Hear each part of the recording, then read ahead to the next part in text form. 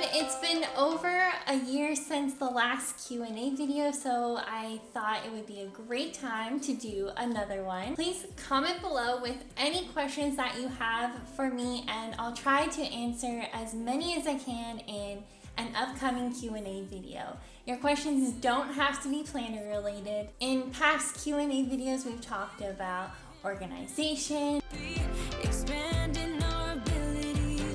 time management, craft room storage, how to use your planner hacks,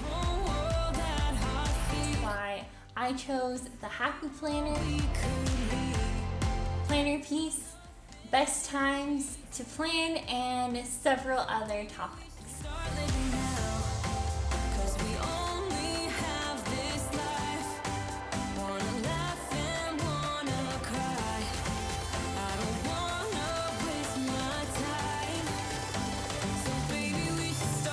I always love chatting with you and getting to know you better, and I feel like these Q&A videos are a great opportunity to do that. In a recent poll I posted, I asked you which types of videos you would like to see more of in 2021.